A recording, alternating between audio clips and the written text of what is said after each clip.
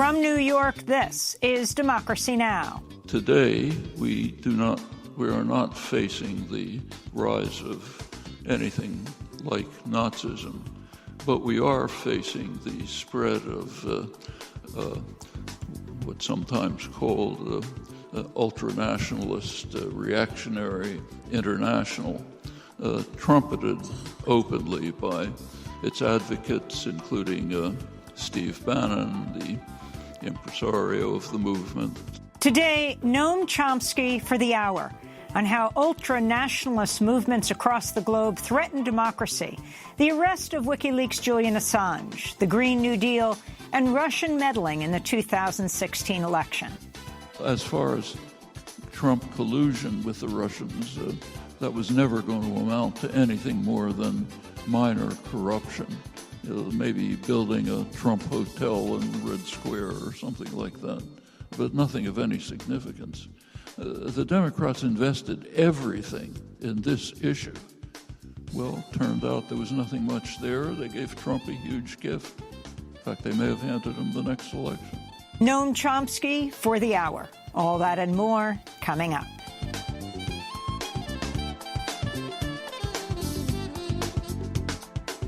This is Democracy Now!, democracynow.org, The War and Peace Report. I'm Amy Goodman. Today, a Democracy Now! Special, an hour with Noam Chomsky, the world-renowned dissident and father of modern linguistics. In April, Noam Chomsky visited his hometown of Boston, where he was a professor at the Massachusetts Institute of Technology for more than half a century. He now teaches at the University of Arizona, Tucson. Over 700 people packed into the Old South Church to hear him speak. Later in the broadcast, we'll air my on-stage interview with him. But first, we turn to his speech. If you'll indulge me, I'd like to start with a brief reminiscence of a period which is eerily similar to today in many unpleasant respects. I'm thinking of exactly 80 years ago, almost to the day, happened to be the moment of the first article that I remember having written on political issues. Easy to date, it was right after the fall of Barcelona in February 1939.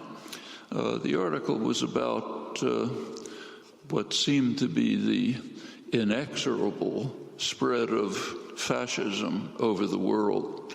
In 1938, Austria had been annexed by Nazi Germany. A few months later, Czechoslovakia was betrayed, placed in the hands of the Nazis at the Munich conference. In Spain, one city after another was falling to Franco's forces. February 1939, Barcelona fell. That was the end of the Spanish Republic. The remarkable popular revolution, anarchist revolution of 1936, 37, 38 had already been crushed by force. It looked as if fascism was going to spread without end. It's not exactly what's happening today, but if we can borrow Mark Twain's famous phrase, history doesn't repeat, but sometimes rhymes. Too many similarities to overlook. When Barcelona fell, there was a huge flood of refugees from Spain. Most went to Mexico, about 40,000. Some went to New York City, established anarchist offices in Union Square, secondhand bookstores down 4th Avenue. That's where I got my early political education, roaming around that area. That's 80 years ago. Now it's today. We didn't know at the time, but the U.S. government was also beginning to think about how the spread of fascism might be virtually unstoppable. They didn't view it with the same alarm that I did as a 10-year-old. We now know that the attitude of the State Department was rather mixed regarding what the significance of the Nazi movement was. Actually, there was a consul in Berlin, U.S. consul in Berlin, who was sending back pretty mixed comments about the Nazis, suggesting maybe they're not as bad as everyone says. He stayed there until Pearl Harbor Day, when he was withdrawn. Famous diplomat named George Kennan. Not a bad indication of the mixed attitude towards these developments. It turns out, couldn't have known it at the time, but shortly after this, 1939, the State Department and the Council on Foreign Relations began to carry out planning about the post-war world. What would the post-war world look like?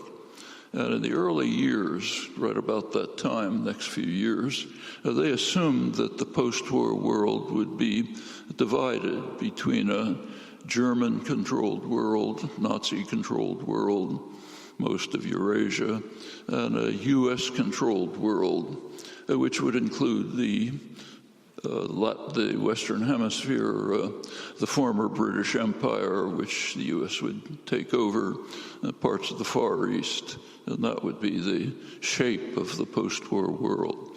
Those views, we now know, were maintained until the Russians turned the tide.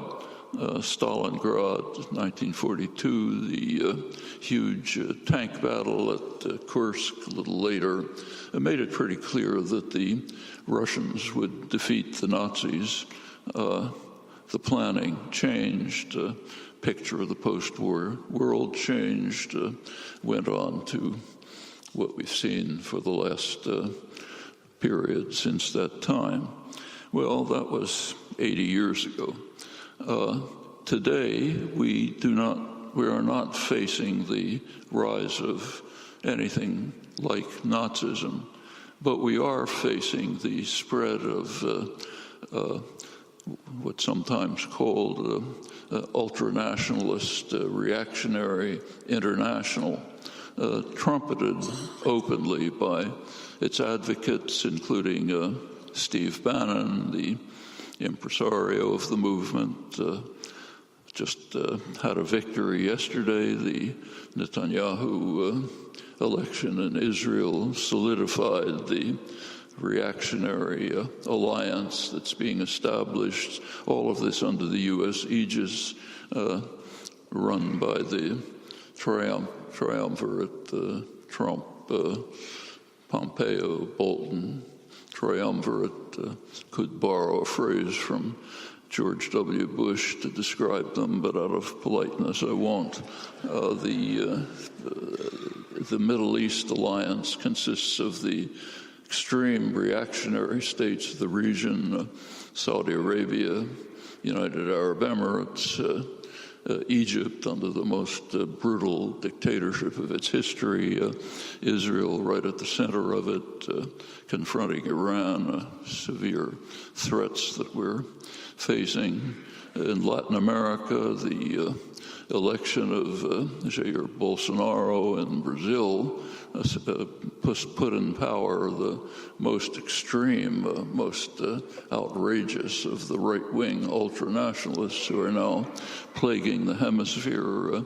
Yesterday, Lenin Moreno of Ecuador took a strong step towards joining the far-right alliance by expelling Julian Assange from the embassies, picked up quickly by the U.S., will face a very dangerous future unless there's a significant popular protest. Mexico and is one of the rare exceptions in Latin America to these developments. This has happened in Western Europe. The right-wing parties are growing, some of them very frightening in character. There is a counter-development.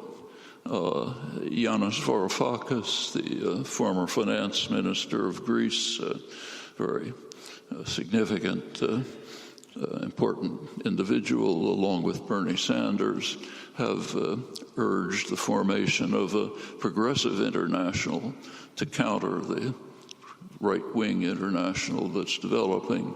At the level of states, the balance looks overwhelmingly in the wrong direction.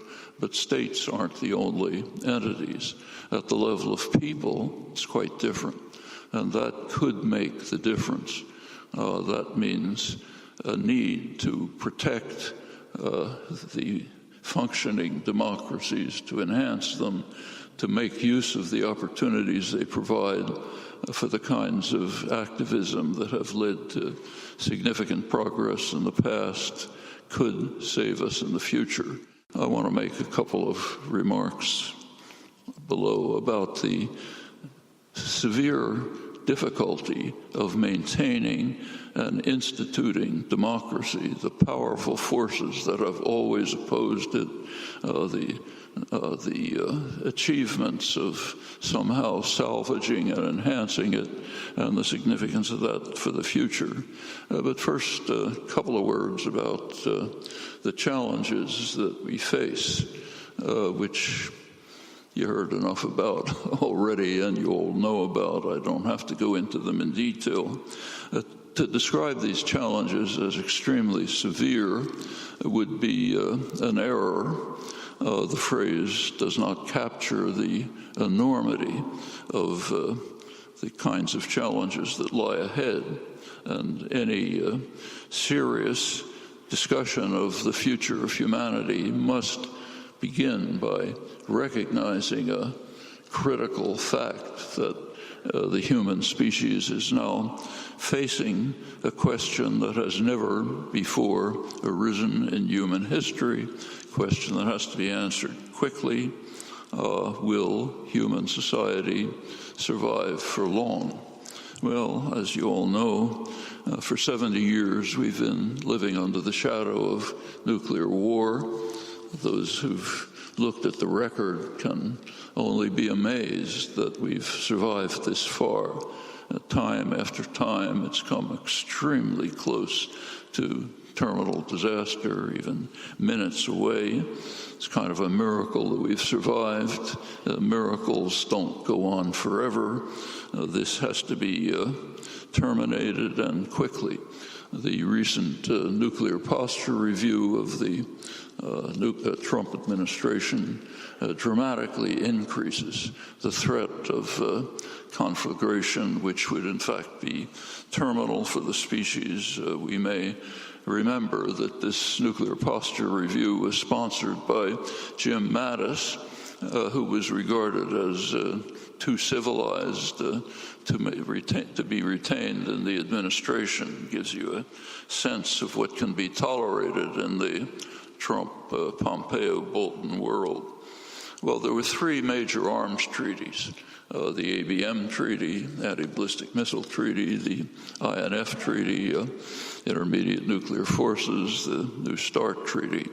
The U.S. pulled out of the ABM Treaty in 2002, and anyone who believes that anti-ballistic missiles are defensive weapons is deluded about the nature of these systems. The U.S. has just pulled out of the INF Treaty, established by Gorbachev and Reagan in 1987, which sharply reduced the threat of war in Europe, which would very quickly spread. The background of that signing of that treaty was the demonstrations that you just saw depicted on the film. Massive public demonstrations were the background for leading to a treaty that made a very significant difference. It's worth remembering that, and many other cases where significant popular activism has made a huge difference. The lessons are too obvious to enumerate. Well, the Trump administration has just withdrawn from the INF Treaty. The Russians withdrew right afterwards. If you take a close look, you find that each side has a kind of a credible case saying that the opponent has not lived up to the treaty. For those who want a picture of how the Russians might look at it, the Bulletin of Atomic Scientists, the major journal on arms control issues, had a lead article a couple of weeks ago by Theodore Postal pointing out how dangerous the U.S. installations of anti-ballistic missiles on the Russian border, how dangerous they are and can be perceived to be by the Russians. Notice on the Russian border, tensions are mounting on the Russian border. Both sides are carrying out provocative actions. We should, in a rational world, what would happen would be negotiations between the two sides with independent experts to evaluate the charges that each is making against the other to lead to a resolution of these charges, restore the treaty. That's a rational world, but it's unfortunately not the world we're living in. No efforts at all have been made in this direction, and they won't be unless there is significant pressure. Well, that leaves the New START Treaty. The New START Treaty has already been designated by the figure in charge, who has modestly described himself as the greatest president in American history. He gave it the usual designation of anything that was done by his predecessors, the worst treaty that ever happened in human history. We've got to get rid of it. If, in fact, this comes up for renewal right after the next election, and a lot is at stake. A lot is at stake, and whether that treaty will be renewed. It has succeeded in very significantly reducing the number of nuclear weapons to a level way above what they ought to be, but way below what they were before, and it could go on. Well, meanwhile, global warming proceeds on its inexorable course. During this millennium, every single year, with one exception, has been hotter than the last one.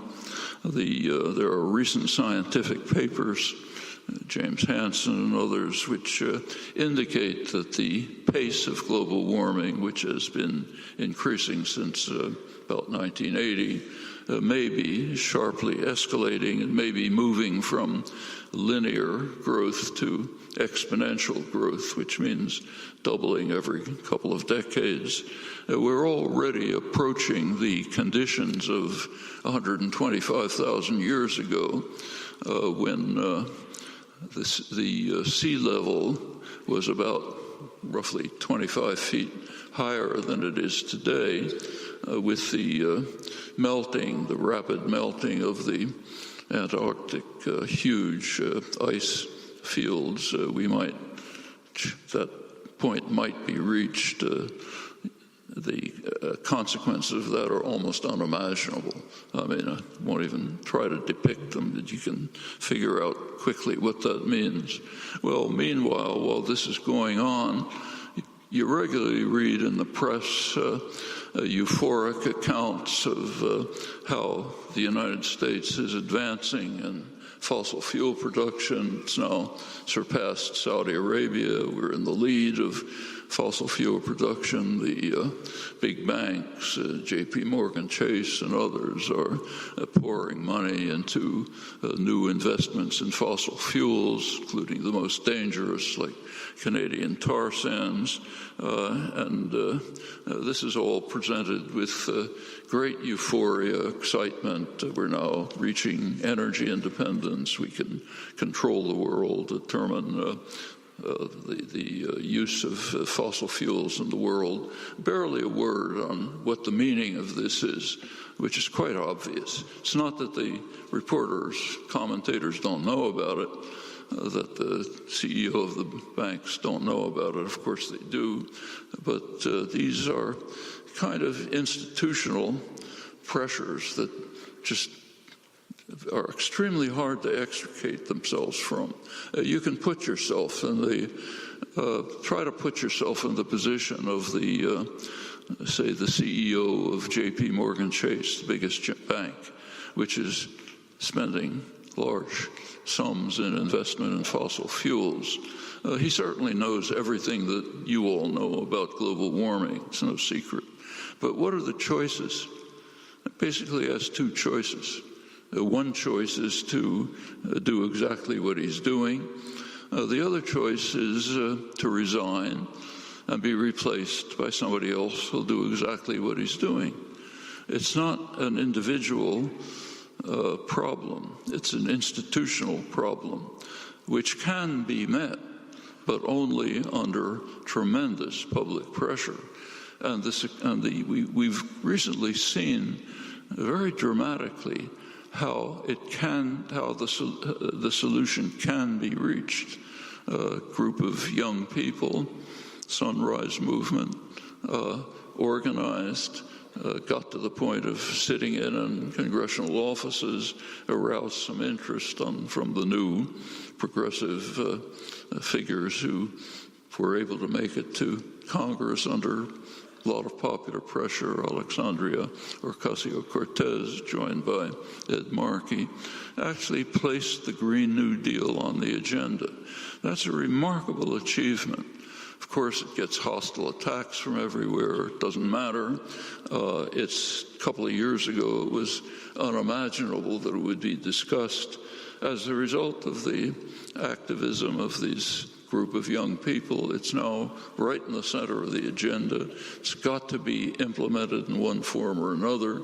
It's essential for survival, maybe not in exactly that form, but some modification of it. Tremendous change achieved by the commitment of a small group of young people. That tells you the kind of thing that can be done.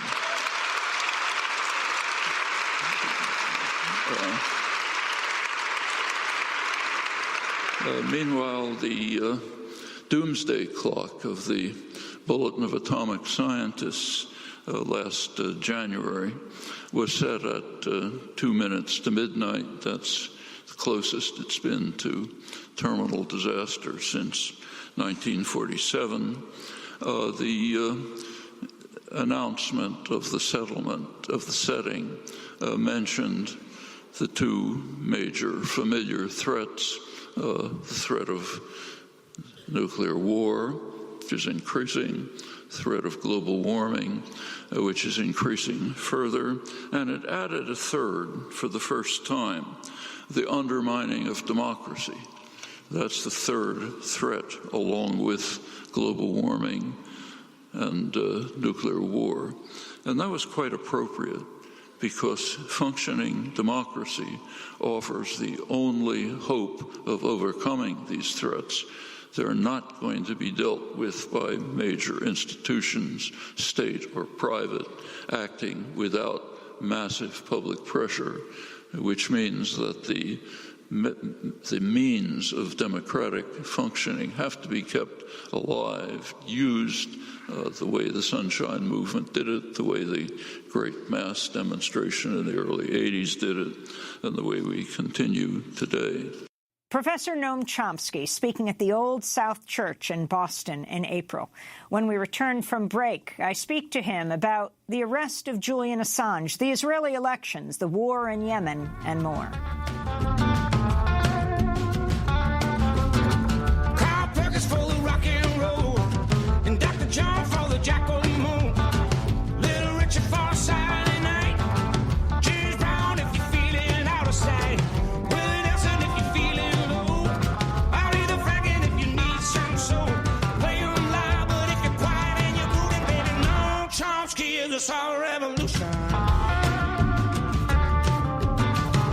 This is Democracy Now!, democracynow.org, The War and Peace Report. I'm Amy Goodman.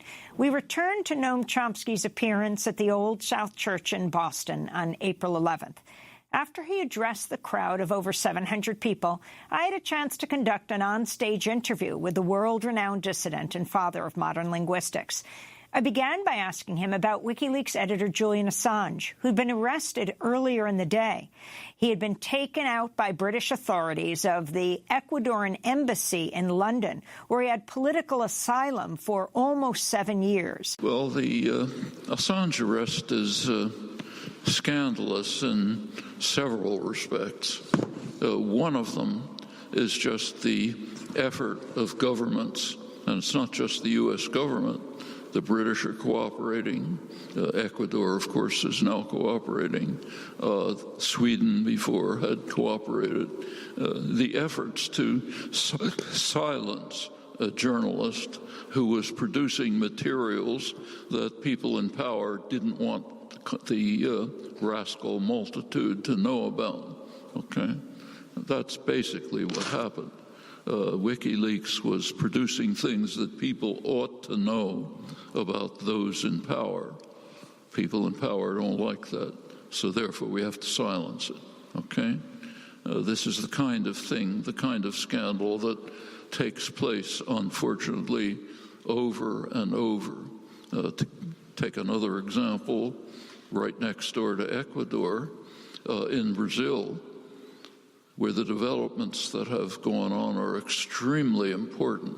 This is the most important country in Latin America, one of the most important in the world. Under the Lula government, early in this millennium, Brazil was maybe the most respected country in the world. It was the voice for the global South under the leadership of Lula da Silva. Notice what happened. There was a coup, soft coup, to eliminate the nefarious effects of the Labor Party, the Workers' Party. These are described by the World Bank, not me, the World Bank, as the golden decade in Brazil's history, with radical reduction of poverty, massive extension of inclusion of marginalized populations, large parts of the population, Afro-Brazilian, indigenous, who were brought into the society, a sense of dignity and hope for the population. That couldn't be tolerated. After Lula's after he left office, kind of a soft coup take place. I won't go through the details, but the last move, last September, was to take the Lula da Silva, the most popular figure in Brazil, who was almost certain to win the forthcoming election, put him in jail, solitary confinement, essentially a death sentence, 25 years in jail, banned from reading press or books, and crucially barred from making a public statement, unlike mass murderers on death row. This in order to silence the person who was likely to win the election. He's the most important political prisoner in the world. Do you hear anything about it? Well, Assange is a similar case. We've got to silence this voice. You go back to history, some of you may recall when Mussolini's fascist government put Antonio Gramsci in jail. The prosecutor said, we have to silence this voice for 20 years. Can't let it speak. That's Assange. That's Lula. There are other cases. That's one scandal. The other scandal is just the extraterritorial reach of the United States, which is shocking. I mean, why should the United States, no other state could possibly do it, but why should the United States have the power to control what others are doing elsewhere in the world? I mean, it's an outlandish situation. It goes on all the time. We never even notice it. At least there's no comment on it. you can ask yourself, why is this accepted? So in this case, why is it acceptable for the United States to have the power to even begin to give even a proposal to extradite somebody whose crime is to expose to the public materials that people in power don't want them to see? That's basically what's happening.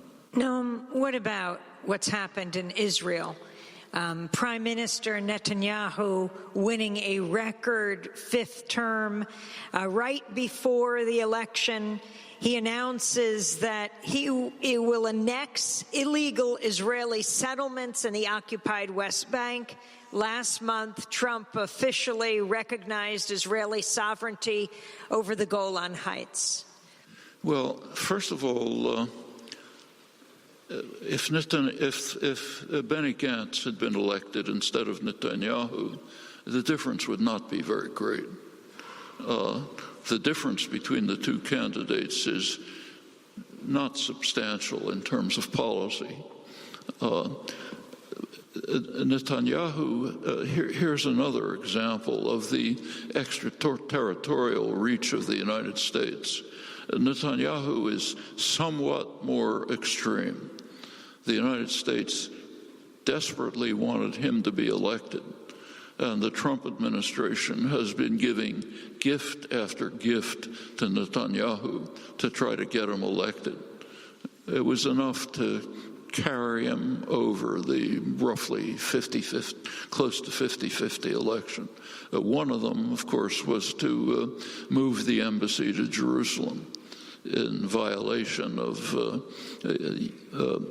not only international law, but even Security Council resolutions that the U.S. had participated in. Very dramatic change. The second, equally dramatic, was to authorize Israeli annexation of the Golan Heights. The Syrian Golan Heights are, under international law, occupied territory. Israel, every major institution has, every relevant institution, Security Council, International Court of Justice, all agree on this. Israel did formally annex the Golan Heights, but the Security Council, UN Security Council, with the U.S. participating, declared that null and void. Okay, Trump unilaterally reversed it. Another gift to Netanyahu, saying, try to demonstrate to the Israeli public that with U.S. backing, he can get anything they want. The last was Trump's latest, just before the election, his declaration that if elected, he would annex parts of the West Bank. That was with tacit U.S. authorization. These are strong measures that were taken to interfere radically with a foreign election. Have you heard something about how terrible it is to interfere in foreign elections? I think maybe that you noticed that somewhere. Here it's done radically. It's considered fine. But exactly what are the actual consequences of that in terms of the way policy has been evolving? Fact of the matter is not much. So take the annexation of the Golan Heights. In fact, it was declared null and void by the Security Council. It was condemned by the International Court of Justice, but did anybody do anything about it? Has any move been made to prevent Israel's development of the Golan Heights? Establishment of settlements, enterprises, development of ski resorts on Mount Hermon, anything. No, nobody lifted a finger. Nobody lifted a finger for a simple reason. The U.S. won't allow it. Nobody says that, but that's the fact. Well, now it's formally authorized instead of just happening. Take the Netanyahu's proposal to annex parts of the West Bank. That's been going on for 50 years, literally. Right after the 1967 war, both political parties, both major groupings in Israel, the former labor-based party, the Likud-based party, conglomerate, they have slightly different policies, but essentially they have been carrying out a development program in the West Bank, which is geared towards the goal, the very clear goal of creating what will be a kind of greater Israel, in which Israel will take over whatever is of value in the West Bank, leave the Palestinian population concentrations like in Nablus and Tulkarm, leave them isolated. In the rest of the region, there are maybe 150 or so little Palestinian enclaves, more or less surrounded by checkpoints, often separated from their fields, able to survive, but barely. Meanwhile, Jewish settlements are developed. Cities have been constructed. Major city, Ma'ale Adumim, constructed mostly under Clinton, incidentally, under the Clinton years, east of Jerusalem. The road to it essentially bisects the West Bank. Further ones up north. Jerusalem itself is maybe 5 times the size of what it ever was historically. All of these are linked by highly developed infrastructure projects. You can take a trip. You can try. This is basically creating pleasant suburbs of Tel Aviv and Jerusalem in the West Bank. You can travel from Ma'ale Adumim to Tel Aviv on a big highway restricted to Israelis and tourists, not Palestinians, more easily than you can get from the South Shore to Boston, never seeing an Arab. All of this has been steadily developed year after year with tacit U.S. support. U.S. provides the diplomatic support, a lot of the economic support, the military aid. Meanwhile, the government says, we don't like it, stop doing it, but providing the means for it. Well, the only difference in Netanyahu's statement with Trump's tacit backing is, I'm going to go ahead and annex all of this instead of just developing it subject to eventual annexation. These are the real things that have been happening. The Netanyahu victory, as I mentioned before, solidifies an alliance that has been developed. It's been parts of it have been kind of undercover for years, not formal but functioning. Now coming into the open of the most reactionary Arab states, primarily Saudi Arabia, one of the most reactionary states in the world, Egypt under the Sisi dictatorship, the worst dictatorship in Egypt's history, United Arab Emirates, similar, Israel right in the center of it. It's part of the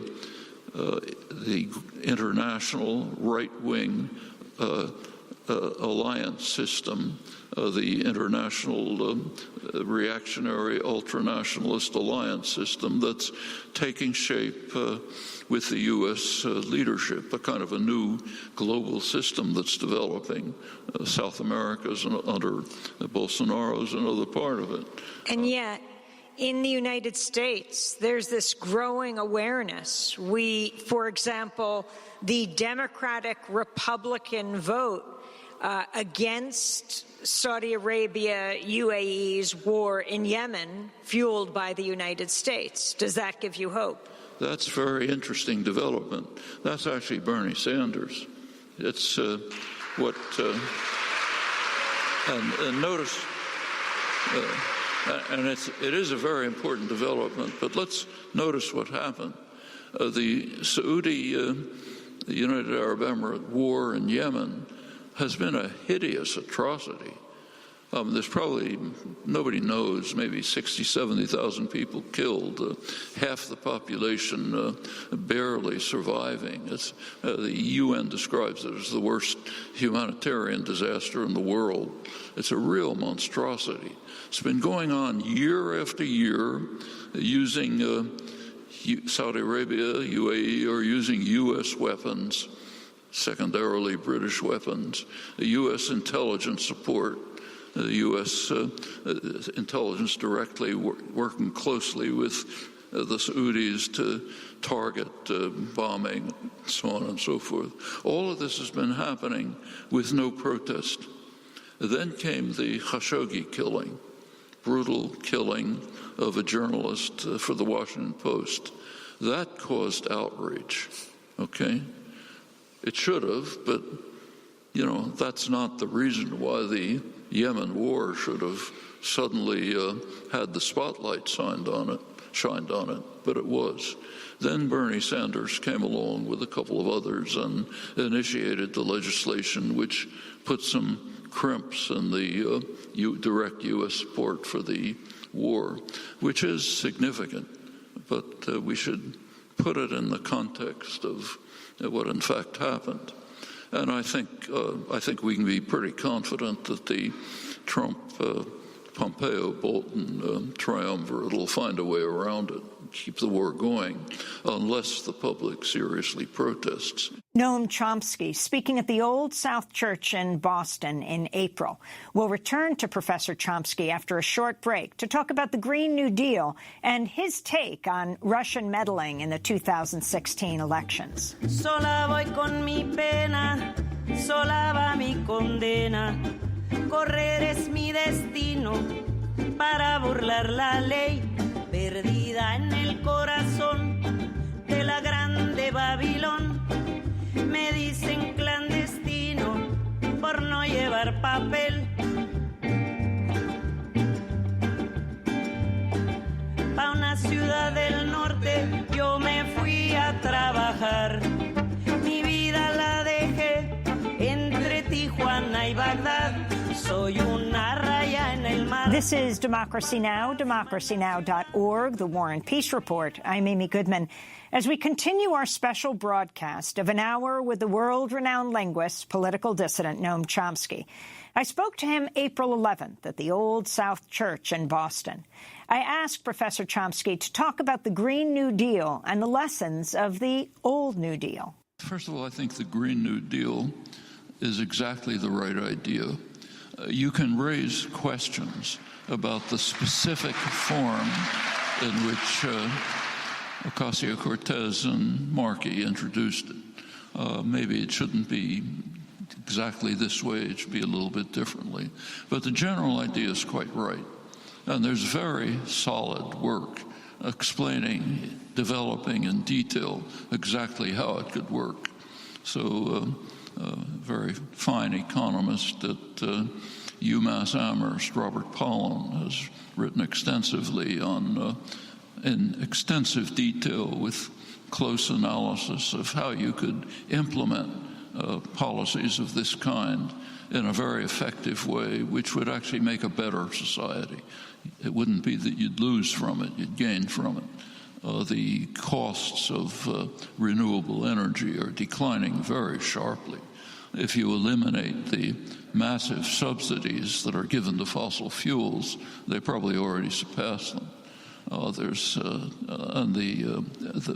There are many means that can be implemented and carried out to overcome, certainly to mitigate, maybe to overcome this serious crisis. So the basic idea is, I think, completely defensible, in fact, essential. A lot of the media commentary ridiculing this and that aspect of it are essentially beside the point. You can change the dates from 2030 to 2040. You can do a couple of other manipulations, but the basic idea is correct. Well, what's the difference from the 1930s? Several things. One thing that's different is large-scale labor action The 1930s were the period of the organization of the CIO. In the 1920s, the U.S. labor movement had been virtually destroyed. Remember, this is very much a business-run society. American labor history is very violent, quite unlike comparable countries. And by the 1920s, the quite effective militant labor movement had been pretty much crushed. One of the great works of labor history by David Montgomery, one of the great labor historians, is called The Rise and Fall of the American Labor Movement. He was talking about the 1920s, when it had essentially been destroyed. The 1930s, it revived. It revived with large-scale organizing activities. CIO organizing began. The strike actions were quite militant. They led to sit-down strikes. A sit-down strike is a real sign of warning to the business classes, because there's a step beyond a sit-down strike. The next step beyond a sit-down strike is, let's start the factory running by ourselves. We don't need the bosses. We can run it ourselves. So get rid of them, okay? That's a real revolution, the kind that should take place. The participants in an enterprise would own and run it by themselves, instead of being the slaves of the private owners who control their lives. And a sit-down strike is a bare step away from that. That's aroused real fear among the ownership classes. Second element was there was a sympathetic administration, which is very critical. You look at the history of labor actions over the centuries. There's a very good book on this, incidentally, by Eric Loomis, who has a book called American History in 10 Strikes, or some similar name, where he runs through the militant labor actions ever since the early 19th century. And he makes an interesting point. He says, every successful labor action has had the support, at least tacit support, of the government. If the government and the ownership classes are unified in crushing labor action, they've always succeeded. Okay? Very significant observation.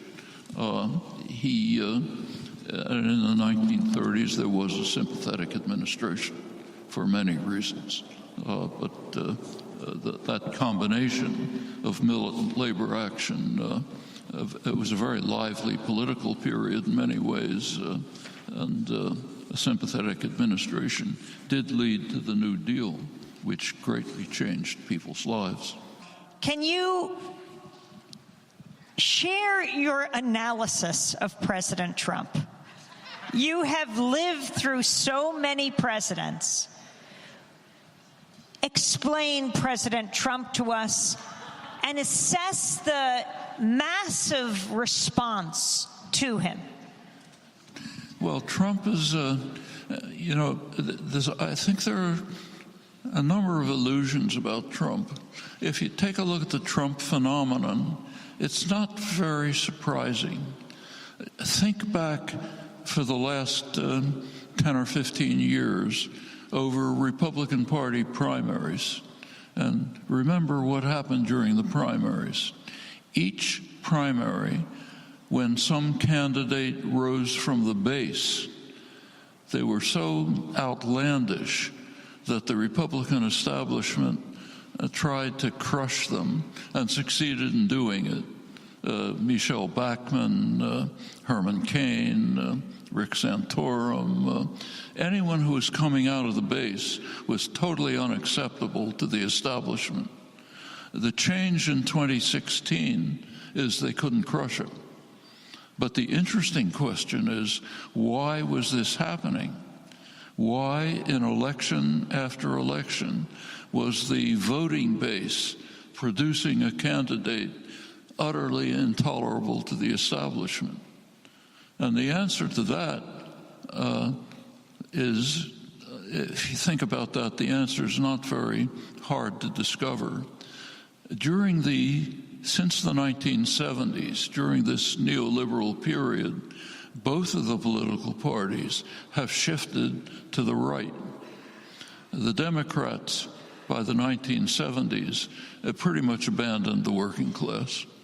In the last gasp of more or less progressive Democratic Party legislative proposals was the Humphrey Hawkins Full Employment Act in 1978, which Carter watered down so that it had no teeth, just became voluntary. But the Democrats had pretty much abandoned the working class. They became pretty much what used to be called moderate Republicans. Meanwhile, the Republicans shifted so far to the right that they went completely off the spectrum. Two of the leading political analysts of the American Enterprise Institute, Thomas Mann, Norman Ornstein, about 5 or 10 years ago, described the Republican Party as what they called a radical insurgency that has abandoned parliamentary politics. Well, why did that happen? It happened because the Republicans face a difficult problem. They have a primary constituency, a real constituency, extreme wealth and corporate power. That's who they have to serve. That's their constituency. You can't get votes that way, so you have to do something else to get votes. What do you do to get votes? This was begun by Richard Nixon with the Southern strategy, try to pick up racists in the South. The mid-1970s, Paul Weyrich, one of the Republican strategists, hit on a brilliant idea. Northern Catholics voted Democratic, tended to vote Democratic, a lot of them working class. The Republicans could pick up that vote by crucially pretending to be opposed to abortion. By the same pretense, they could pick up the evangelical vote. Those are big votes, evangelicals, Northern Catholics. Notice the word pretense. It's crucial. You go back to the 1960s, every leading Republican figure was strongly what we call now pro-choice. The Republican Party position was, that's Ronald Reagan, George H.W. Bush, all the leadership. Their position was abortion is not the government's business. It's a private business. Government has nothing to say about it. They turned almost on a dime in order to try to pick up a voting base on what are called cultural issues. Same with gun rights. The gun rights become a matter of holy writ because you can pick up part of the population that way. In fact, what they've done is put together a coalition of voters based on issues that are basically tolerable to the establishment, but they don't like it.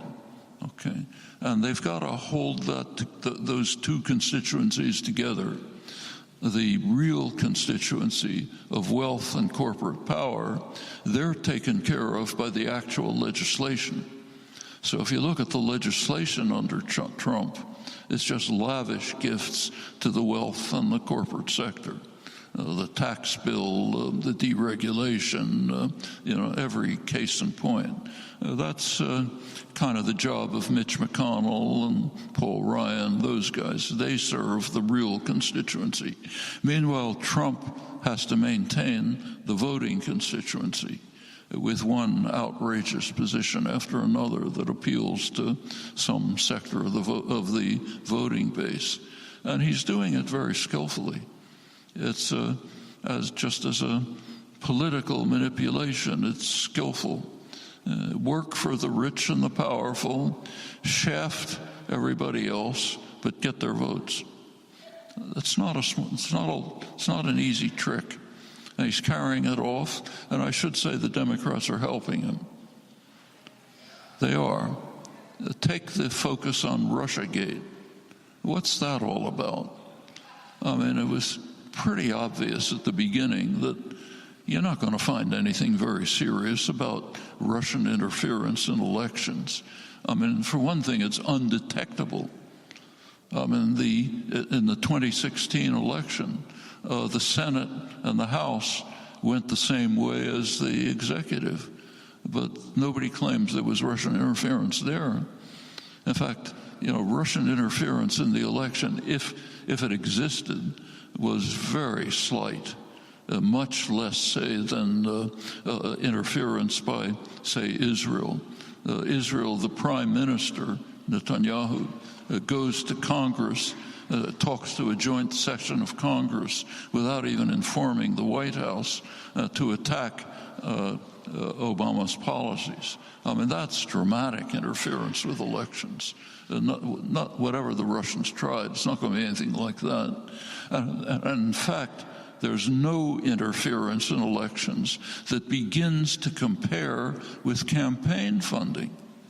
Remember that campaign funding alone gives you a very high prediction of electoral outcome. It's again Tom Ferguson's major work, which has shown this very persuasively. That's massive interference in elections. Anything the Russians might have done is going to be, peanuts and compared. As far as Trump collusion with the Russians, that was never going to amount to anything more than minor corruption. Maybe building a Trump hotel in Red Square or something like that, but nothing of any significance. The Democrats invested everything in this issue. Well, turned out there was nothing much there. They gave Trump a huge gift. In fact, they may have handed him the next election. That's a matter of being so unwilling to deal with fundamental issues that they're looking for something on the side that'll somehow give political success. The real issues are different things. There are things like climate change, like global warming, like the nuclear posture review, deregulation. These are real issues, but the Democrats aren't going after those. They're looking for something else. The Democratic establishment. I'm not talking about the young cohort that's coming in, which is quite different. All of that has to be shifted significantly if there's going to be a legitimate political opposition to the right-wing drift that's taking place. And it can happen, can definitely happen, but it's going to take work. Noam Chomsky speaking at the Old South Church in Boston in April. And that does it for the show. If you'd like to get a copy, go to democracynow.org. Democracy Now! Is produced by Mike Burke, Dina Guzder, Nermeen Sheikh, Carla Wills, Tammy Warrenoff, Sam Alcoff, John Hamilton, Robbie Karen, Hani Massoud, Charina Nadura, Taymarie Astudio, and Libby Rainey. Mike DeFilippo and Miguel Noguera are our engineers. Special thanks to Becca Staley, Julie Crosby, Hugh Grant, David Prude, Ishmael Darrow, Vesta Godars, and Carl Marxer. And to our camera crew, John Randolph, Karen Meadows, Anna Osbeck, and Matt Ely. I'm Amy Goodman. Thanks so much for joining us.